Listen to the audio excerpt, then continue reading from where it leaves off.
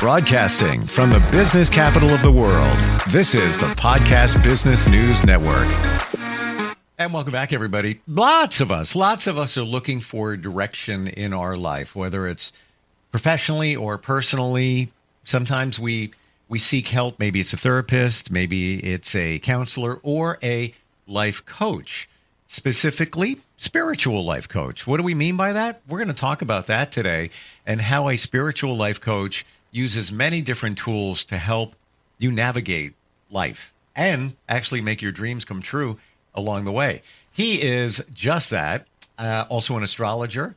He's a tarot reader and so much more. And it's great to have him back here. Alexangelo joins us on the program. How you doing today? Thank you, Steve. Thank you so much. I'm honored again to be at your podcast, and thanks a lot for such a great introduction.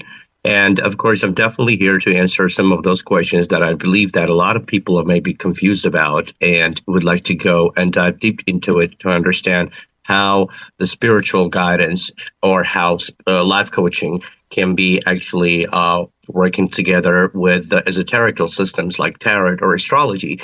But the thing is that if you know how to work those systems through, and if you know how to incorporate with them, then it can be a great tool for us all to be able to take a look within inside and understand what blockages we have inside and what hidden potentials we might also have inside, and help us to go through the life and achieve our goals, as you said yourself. I have to tell you, if I knew this stuff, if you will, 3 years ago, 10 years ago, 15, whatever, my life would be very different. And I was somewhat spiritual, we'll call it that. I'm a believer in psychics, mediums, astrologers, work with them for decades. 25 years ago plus. But I never dug deep into the, call it spiritual side of things, understanding how the cards work and all of that. And once I did, what an eye-opener. And I want to say, before we even begin, the word spiritual, I think, scares a lot of people away because they directly connect it to religion. And that's not what we're talking about here. If you want to connect it to religion, that's great. You can, sure. But that's not what this is. How do you define, as a spiritual life coach, how do you define spiritualism? So the spirituality actually is playing a very important part, specifically in life coaching. Just, let's say that, as you said yourself, people go to therapists, people go to counselors. The difference between the therapist, counselors, and the spiritual life coach is that we are more trying to work with the belief system of the person as well, and actually trying to help them to navigate this belief system and add it into their life. Again, it can be, like, as you said, you're connected to your religious belief. You can do this. There's nothing wrong with that. But the meaning of spirituality, the meaning of spiritual life coaching is to connect with our subconscious, with our higher self, to be able to gain that information from our higher self. Because, a lot of greatest psychiatrists, even let's say that parapsychiatrists, they were like really working with the subconscious mind, just like Carl Jung himself. And Carl Jung was using the tarot cards in his systems, in his readings, in his analysis. And this is one of the approach that I take in my life coaching technique, my life coaching basically system. I also take the Jung system of approach to the tarot cards. They're related to the human archetypes. And if we actually take a look at the classical deck of the Rider-Waite, then we're going to see that there are very interesting symbolism painted in each card, in each image of the card, and each of them represents certain aspect of our life. There are 56 small arcanas, and there's also 21 major arcanas, major and minor arcanas. So the major arcanas, which is the 21 first major arcana, starting with the full card, which is the card number 0, not even 1, and ends up with the card, which is the world, which is the completion. So if we take a look at this, in the esoterical world, it may be considered the path of the fool, but in the psychological world, it is called the path of the hero. So this is our starting point of life, and then going through life, going through all the challenges of life, this way evolving, developing ourselves spiritually until we come up to the last point of the major arcana, which is the completion and the time for transformation. And also, again, as I mentioned, there are 56 minor arcanas, which are situational arcanas. And along the path, along the way, they can help to navigate us in which direction to go to be able to kind of achieve our goals or to be able to make right choices about the path that we want to choose. So a lot of times when we're working with the tarot cards or even astrology, we're working with our higher selves, we're working with our intuitive system, I would say. When you work with somebody and you use these tools, how do the tools help navigate the way you work with someone and also for them, the direction they should head in? So it's a very good question. So again, as I said, when the people come, the first thing I tell them is that you have to be subconsciously open to this process, because if you are going to be subconsciously open to this process, you will be able to see the results. And the main thing is that why do I have so many loyal clients, let's say that throughout the years that I've been working, because after they found out how it works, how it actually can be useful in their everyday life routine or like in finding the answers and making the right decisions for them, then they start coming back and understanding the sense of it. And guess what? Throughout the years, some of those clients of mine have become very spiritual. But let's say that, again, as I told you, for example, you came here to me and you just need some sort of a guidance, right? So what we do is that I'm giving the tarot cards to their hands, or if it's a remote session, it's all right. All I need is a concentration of the person to be there for me. The concentration and the focus on the subject that we're going to be working together. So let's say that it's a personal life. Let's say that it's a relationship aspect, a career choice, or path choice. And the very funny thing about the tarot cards, because we are working with the subconscious mind, don't forget. So it means that we can also connect to the subconscious mind of the person that may not be here with us. For example, somebody can be wondering what's going to happen in the partnership or in the partnership life they're having with someone else. So the cards can show us the bigger scenario of the situation, what they're dealing with. So show us some sort of blockages or even the hidden potential of this current relationship that they may not be aware of. But then after we take and analyze the situation by using their own subconscious and how they imagine their partner in front of their eyes, and they open up this access for the intuitive access and give the cards back to me, and we spread the cards around us, and we start analyzing everything, beginning with the feelings, emotions, subconscious mind, desires, blockages. And right after that, after discussing this analysis with our client, we understand what might be the weak points, what might be the areas of this relationship that's lacking that strength and is kind of weakening. And at this point, then we can use the life coaching system in order to be able to navigate our clients into this and to help them with a specific area that is lacking some sort of strength and that is kind of weakening the relationship. So step by step, we start working and incorporating, again, the answers that we get from the tarot. Well, I would say the answer that we get from the subconscious mind using the kind of the images and the symbolism of the tarot and incorporating it together with the life coaching system. And eventually, since I started actually doing this, because before I became a life coach, I was very deeply interested in tarot, astrology, and other oracle systems to be able to understand how they work. And the realization came to me that all of these tools are actually guidance tools. They're not really predictive tools, but there's a logical side of understanding and calling it a predictive tool. Because if we think about it, there's definitely the sense of the past that we know. We all have our past. There's definitely the sense of the current or the present that we know that we do have. But the future is usually being defined by our choices, everyday choices, which way we want to go. Like today, you wake up and you decide, well, I want to go to work by bus or I want to go to work by car. Still the destination the same.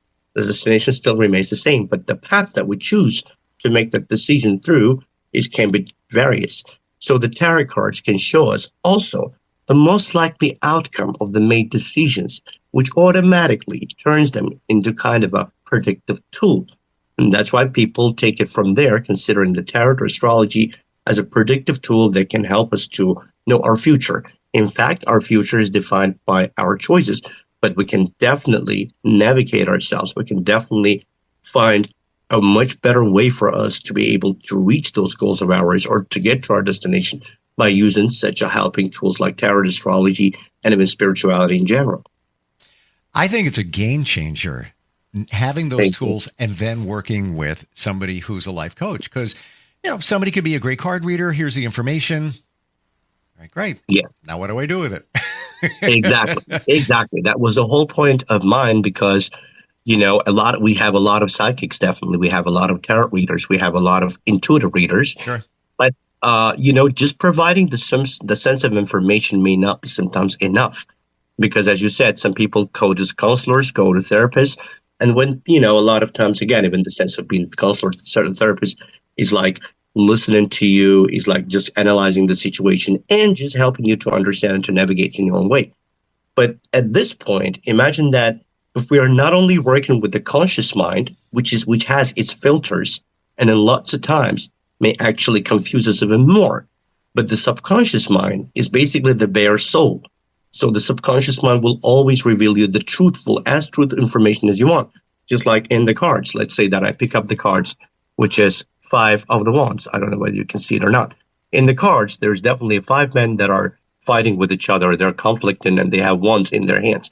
Of course, by looking at this card, I'm not going to say to my client, well, obviously everything is going perfectly well with you. Like you're feeling complete sense of happiness. No, the images in the card clearly show us the sense of conflict in the situation, the sense of inner conflict, right? And usually this card navigates us to understand that, okay, the situation that we're asking about is definitely having some sort of conflict in sense. And maybe there's a sense of competitiveness that our client or the person that we're working with should dive into to understand instead of escaping or trying to avoid in the thoughts and just facing this conflict. Or another thing, just like the 3 of the swords, as you can see the card, another card in the tarot card, which basically shows heartbreak, loss, disappointment, right? So we cannot pick up the card and look at our client to say, oh, you're going to be definitely happy. This is that sense of happiness or joy. No, what this card is basically shows that there's a sense of some sort of disappointment or sense of loss that you might have gone through or you might be going through. But it doesn't mean that it's going to be lasting in this way. The other cards that will be around this cards will be helping us to understand what might be the next steps and next phases that you're going to be going through, or you must be going through in order to be able to come out from this situation in a winner position. So, deep question. Sure. Here it comes. Alex, you talk about the subconscious, and in my journey, learning a lot of this, the subconscious holds the key to everything, whether it's holding you back. It's everything. Everything's going on within your subconscious. Absolutely. How do the cards connect to the subconscious? What's the connection there? So because, as I told you, like there are different images on the card, specifically if we're working with the classical rider deck. But there are, of course, definitely like over hundreds and thousands of decks right now of different authors that they came up with their versions of tarot cards and with their own images, and those images are coming from their own creativity. And as you know, creativity is a part of our subconscious as well, just like the art. For example, how Aleister Crowley made his deck, how Walter White made his deck, how let's say that other people, even like when they were doing their decks and preparing their decks, even if you look at like Picasso or all these great painters, right? Most of the time, the images that they have put on their art is not kind of something that they have observed to be real, but it's coming from their subconscious mind, just like Leonardo da Vinci about the Mona Lisa. Like he saw Mona Lisa in his mind, and then he put it on the thing. But then, you see, by creating these images in your mind, we usually tend to have some sort of emotional triggers that would decide why we should put the colors a little bit brighter here, a little bit lighter dimmed here. And because any image, specifically on the tarot cards, which is by itself, I would call tarot cards a great tool of art, actually, as well, besides being a spiritual tool. Like all these images call in for some sort of reaction within us when we look at those images. And the first reaction is usually coming from the subconscious mind. The first reaction, if we're just not even diving deep down into understanding what's going on in the image, but the first impression of the colors, the first impression of the signs that we see in the card exactly dives into our subconscious mind and gives us that feedback. So when we are, for example, as an answer to your question, working with our client and they close their eyes, I ask them to imagine themselves being in a place where they feel secure. It can be an imaginary place. It can be any kind of place. And that's important to distract our conscious mind, the filters that's not letting us connect with our subconscious mind. And then after this, I usually ask them to imagine a big old mirror that appears in that place in front of them. And that might be the door into the subconscious world, into their soul. And in that reflection, they usually see the sense of the question. It might be themselves, if they want to ask some sort of guidance from their own soul, coming, regarding to any situation, or even if they want to ask something about their partner, then they imagine the partner in that reflection of the mirror. And basically what we do is that the first 20 seconds, 30 seconds of the session is being deeply related to the sense of focus and concentration that our client must have. And once they say, I'm ready, I imagine this, I ask this question, it's like they're giving you an access to their subconscious mind. So through this access, knowing my clients already, like having some sort of interaction with them, I shuffle the cards and I let the first cards that come into my hand and spread them out. Also keeping in mind the question that we're asking together with my client. So this helps us to create this very strong subconscious connection between us, which in its turn also helps to go through this process and gain the access into subconscious mind. And then afterwards, when we're putting the cards down into the spread, again, regarding of any kind of question or the situation that they're interested in, and then we start intuitively interpreting the cards. And this interpretation usually comes with almost up to 95 to 96% of accuracy. I mean, if you ask me how it works, I think throughout the 11 years of my work in this esoterical world, in the spiritual world, in the spiritual industry, I think eventually it's the ability of the subconscious mind. And that's why I'm saying everywhere I go, and I'm very willing and open to talk about the ability of our brain, ability of our subconscious mind, ability of our soul, that we are not really quite aware of. Just like, throughout the years, human being was evolving. So now look at this, the medical industry. We have evolved so much. Now we are doing this research against the cancer, against this and that. But not much is still yet being known about our brain. I think we only have about 11 to 12% of our brain working abilities, and we are not aware of what would happen if we had actually almost 100% of our brain abilities be there, right? And the same thing about the subconscious. It's like a big, big ocean of unknown. And then there are little lakes coming from this ocean. And one of these lakes might be psychology. Another one might be parapsychology. Another one spirituality, tarot, astrology. But it all still comes from the same big ocean called subconscious mind. In some religious cultures, they call it the zone of the God. Wow. And it's amazing that the subconscious mind, and many researchers have said this, it's like 90-something% of our daily waking hours. It's all in your subconscious. We're only conscious for about 10% during Absolutely. our day. It's just Yes. mind-boggling. Do you want to pull a couple of cards as an example? Sure, absolutely. So let's put it this way. Now, I want you to just ask me, because how it works, again, as I told you, Sure. the more specific is your question about the things that you want to know. Let's say that it might be anything, very basic thing. So I just want to give you actually an example of how it works. The more specific is the question, the more specific and detailed your answer is going to be and your guidance is going to be. Let's say that ask me a question that you'd like to gain an insight to. Sure. I'm gonna ask you the question that I'm sure is your number one question. When is the perfect partner going to show up in my life? But I'm going to go even deeper than that. Okay. Will the perfect partner, romantic partner, show up in the next 2 months? That's a very great question. So but at the same time, let's first work on the formulation of the question in order we can get actually more accurate. Sure. So when we say when, we are basically giving away the control of our life, which is, again, as we spoke earlier, the future depends on us and our big choices, right? The daily choices that we make. So the right formulation opens up the right access into the subconscious mind, and that's how we get the accurate answers. So at this point, I always say to my clients, the best answer is, what should I do within this 2 months to attract the right partner into my life? What actions may I take within this 2 months to actually activate the energy of relationship in my life? So once we do this, we already know what's the purpose. The purpose is to attract that partner, because we all have frequencies, and we're all just working on an everyday basis with our frequencies. We're interacting with them. Mm-hmm. So I want you now to close your eyes for a second for me, and imagine yourself being in a place where you feel completely and absolutely, very secured. Mm-hmm. Right after that, I want you to imagine a big old mirror that appears in front of you in that place. Now see yourself in that mirror as if like, let's say 2 or 3 months from now on, but being very happy, joyful, as if you already found that partner of yours. I want you to feel that sensation.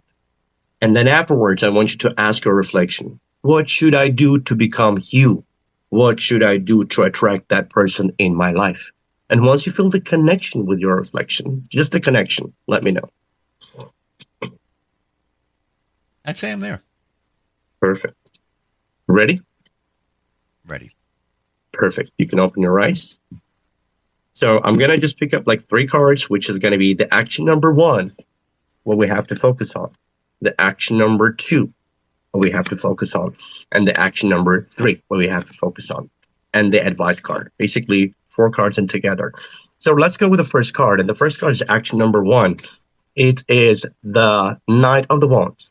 The Wands is responsible in tarot cards and in the elementary world is responsible for the element of fire. And if you look at the image, and if you pay attention to the movement of the Knight of the Wands, you see how the Knight is like pulling up and he's ready to take actions. He actually rising and is ready to attack or make actions moving forward.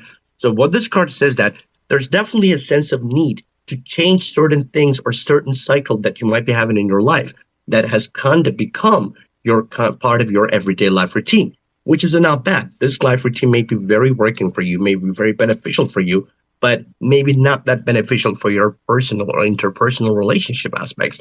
But they can be beneficial in your business life. They can be beneficial in your everyday routine. So the first action is like, the first card is the Knight of the Wands, clearly telling us not to be afraid to actually create the first major change or make the first step, which means breaking the cycle and coming out of the comfort zone. So there's definitely a proactive action needs to be taken. Also, for example, because when it comes to the locational meanings of the tarot cards, which each card has its locational meaning, careeristic meaning, and relationship meaning, it may be the Knight of the Wands might be someone that you might meet coming from a little bit of a warmer place, coming from a little bit of a maybe from a different location, not exactly where you were born, but the place where it's warm, where it's like kind of the hot weather place. But this might be also one of the features of your partner that how you may recognize them. But the main purpose and the main message of the first card is to take proactive actions and change certain things in your daily routine. The next card here, we have 9 of the Cups. Well, the 9 of the Cups is actually showing us the sense of satisfaction, and the Cups is deeply related with the element of water, which is deeply related to our emotional state. So, 9 of the Cups shows that actually we may not be that desperate to really change certain things in our life, because I cannot say that we suffer from our solitude. In a way, we actually enjoy the solitude at some point. We're kind of pretty much comfortable with being by ourselves. We're kind of pretty much comfortable with having this sense because it gives us the sense of the freedom. Yes, there would be a desire and a possibility of wanting to have a relationship. But to say that the absence of relationship can affect you or makes you depressed or make you feel fear or scared, no. You might be quite comfortable with this. As you can see, the man is feeling so comfortable. There's a smile on his face. He's sitting and there are 9 cups right behind him. And he's just in a very happy position right now. So which says that actually, again, you might not need anybody else for now currently to fulfill you in order to feel emotionally happy. You're quite happy yourself, this is already a good thing, which means your cup is already full. So you can actually pour from your cup into somebody else's cup and create a healthy relationship. And now the third card is the action number 3 that needs to be taken. So you see 10 of the wands, if you can see the card over here. The man is carrying all those wands on his shoulder, but it's kind of difficult for him. So what this card is saying is the subconscious aspect of the information, which is the blockage why we may not be having relationships. So if we put the cards together, the first card is telling us if you want to have a relationship, you've got to start taking proactive actions and change something in your daily life routine to be able to spend more time on your relationship aspects. The second card, however, tells us that, well, I'm quite actually happy with my solitude, with my privacy. So that's why I'm not really taking that much, specific actions towards this area of my life. And the third card says that you might be actually feeling quite overwhelmed in lots of ways, doing your things and your everyday life tasks.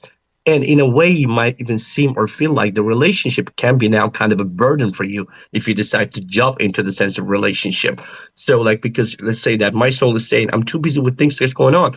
But also at the same time, I don't mind having a relationship, but that's why I feel so happy with my solitude. But because I think that if I just jump into a relationship all of a sudden with everything that I have in my life, then it can cause me some sort of sense of being burdened, like being overwhelmed with all these things that I have to go through. We have about a minute left, and I have a lot to say. I want to share with you based on what you're, there was an action card. The fourth card was an action card. Yes, it's an advice card, and this is the Five of the Cups. The Five of the Cups is basically clearly telling us that actually not to let our emotional downs affect us and just be rushing into the relationship, because the relationship aspect will be absolutely coming if you take some sort of actions. But one thing you have to understand, that there might be emotional sense of satisfaction in you right now, which is not in rush to find a relationship. You are pretty much kind of, welcome or happy with yourself, with your own solitude right now. Alex, I would say. I have two words for you. Yes. And they are, you're good. Thank you. I really appreciate that. And some may think, well, that's generic cards or whatever. All I'm going to say here is that resonated very well with me. Thank you so much. I very appreciate it. And I don't need to go into the details or whatever, but it made a lot of things clear. Very much so. Thank you so much. I very appreciate it. Interesting. My pleasure. It's super cool, actually. I mean, offline I could go into more detail, but there's very accurate for me at this point in time. I get exactly what you're saying in terms of my journey. Yeah. Fascinating. Wow. How do we find you? Well, you can actually find me through my Linktree link that I actually left here for you as well. And it's www.linktr.ee and then / Alexangelo Spiritual Guide. So again, I know that you're going to be able to put it over there so that you can find all my LA-based magazine interviews, different podcasts with different podcasters, and all my interviews with other, independent projectors who wanted to have a project about me. And all the questions were answered during those interviews. And also you can find different kind of websites, my YouTube channel, as well as the different platforms where I actually kind of offer my services. So you can feel free to check it all out there, including my reviews and my testimonials. Gotcha. Alexangelo on Linktree, Alexangelo Spiritual Guide.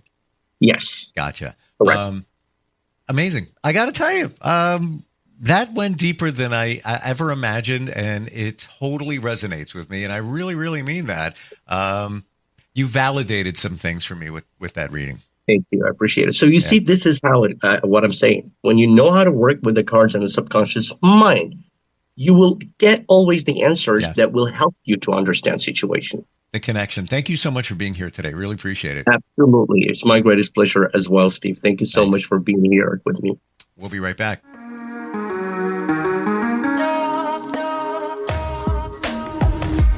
Broadcasting from the business capital of the world, this is the Podcast Business News Network.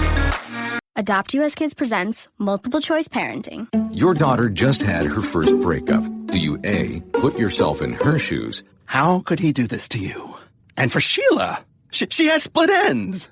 B, console her. Oh, sweetie, this is going to happen a lot. 4, maybe 5 more times before you get married. C, take charge. Got to get this all straightened out. Give a little talking to, man to man, mano a mano. Hey, Steve! It's now a good time? No? Okay, no problem. Bye. Or D, help her find a new boyfriend. I know a great place to meet boys. The internet. Nice, single boys. Never mind. How about some ice cream? As a parent, there are no perfect answers. But you don't have to be perfect to be a perfect parent. Thousands of teens in foster care will love you just the same.